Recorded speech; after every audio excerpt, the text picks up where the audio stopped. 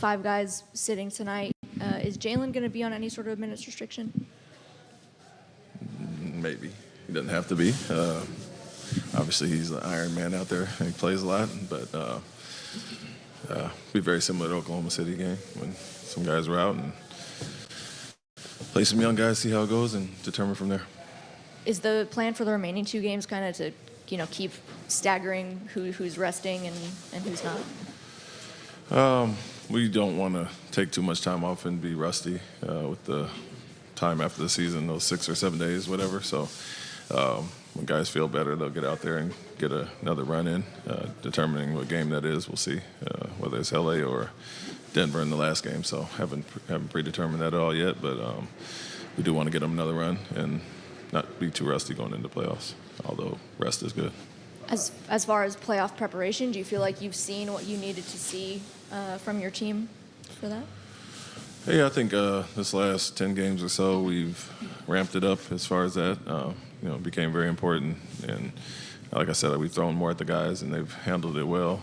Gave them a taste of what's going to happen there as far as preparation, play-to-play, personnel. We've got more specific as far as that. And so they're doing a good job with that. But until we know our opponent, obviously, we'll prepare for ourselves and make sure we're crisp and sharp and healthy. And then we'll focus on whoever first-round opponent is. Because I think this is the first time you're seeing Kawhi this year. Is the scheme going to be the same in terms of how you approach defending him, or are things going to be different because the personnel is out?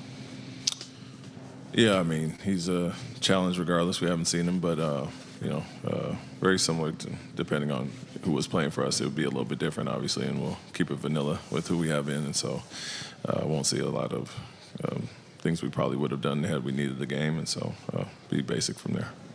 What does it feel like to have clinched that 2 seed? You're nowhere near satisfied yet. This team has big goals, but what does that mean to have accomplished that?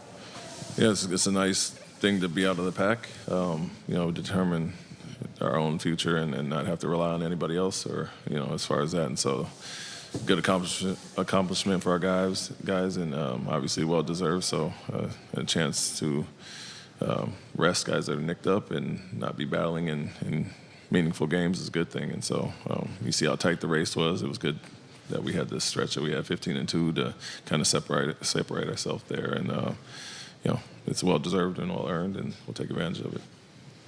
Hey, mate, good to see you. I understand there's a lot of talent on this team, but what do you think have been the other factors that explain why you guys have been such a great defensive team? You said a lot of talent? Yeah.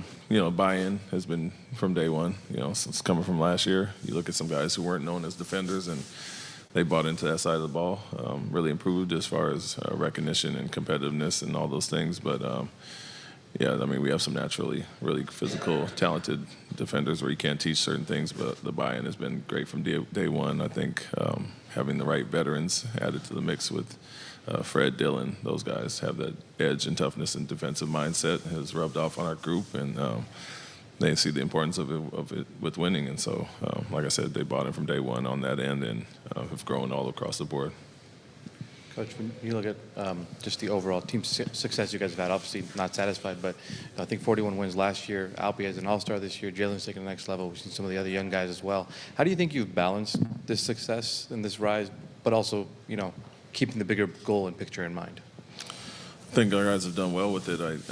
We've had a rough stretch or two with some injuries and kind of played through that. I think it benefited our guys when, Fred and some guys were out, that they got to grow as handlers, initiators, and for Jalen and I'm in, they've taken that step. And so, not satisfied at all. I would say we handled it well, being that we, we're in the pack in the group, I think, all year. And then how we finished at 15-2, I'd say we handled it well. Didn't get satisfied with, being with the rest of the group. We wanted to separate ourselves there. And so the finish has been great, just like it was last year.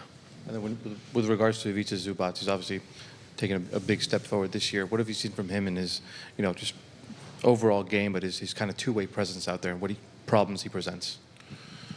James Harden spoon feeding him. And so makes a lot of guys look good, but no, he's taking that step, and knowing obviously Kawhi and some coaches on their staff, it's kind of what they expected or wanted to see from him, and he's done that. And so, James does complement a lot of bigs, and he's a big part of that, obviously. But defensively has improved. they go to him consistently in the post. It's not just a drop-off or lob threat there. He's improved as far as that, and I think he is becoming what they thought he would when they got him years ago, and he's a big part of their success. Obviously, Kawhi and James get a lot of credit, but what he's doing is very impressive. Ime, I asked you about this in November in Houston, but now we're at the end of the season. That field goal attempt differential, that possession battle, like it's just you and OKC at the top there. How much do you take pride in that? Like, how much is that something that you communicate to your players, not just in the big picture, but even like in the middle of games, noting that you're attempting more shots than teams because of your offensive rebounds and how you take care of the ball? Yeah, it was a focus coming into last year. Before I got here, we were one of the worst to turn the ball over. I think 29th, Golden State was the only worst team. And so you bring in Fred, who's one of the best assist-to-turnover ratio guys for years. That improves us. And we obviously relied on him a lot, but as we've kind of grown, it's not just him. Other guys are taking care of the ball, getting shots.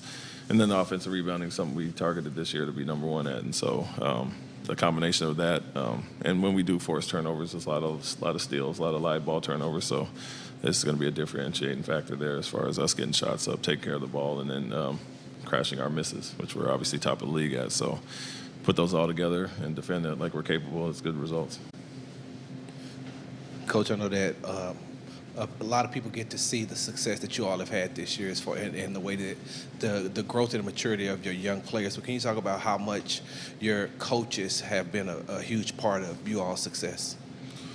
Yeah, it takes everybody, and it's not just me yelling every game, every day. It's everybody. It's the veterans as well, like I mentioned with Fred, Dylan, Jeff, Aaron, guys that have been around, and a lot of our young guys didn't have that initially. But the coaching staff is obviously guys I've known for a long time, and rely on heavily to do their day-to-day deal with the guys. And so a lot of film sessions, a lot of one-on-one, a lot of teaching, coaching, and then our guys buying into it, like I said. And so ton of credit to them. Head coaches get a lot of recognition, but a lot of people behind the scenes doing a lot of grind work, and our staff is very hands-on. The guys I hired wanted to be head coaches. They want to hold these guys accountable, coach them one-on-one, and then we do it as a group as well. So ton of credit there, but as I always say, the character of our guys, the buy-in there has to be there, and our guys have been receptive to all of us. Thanks, Coach. Thank you.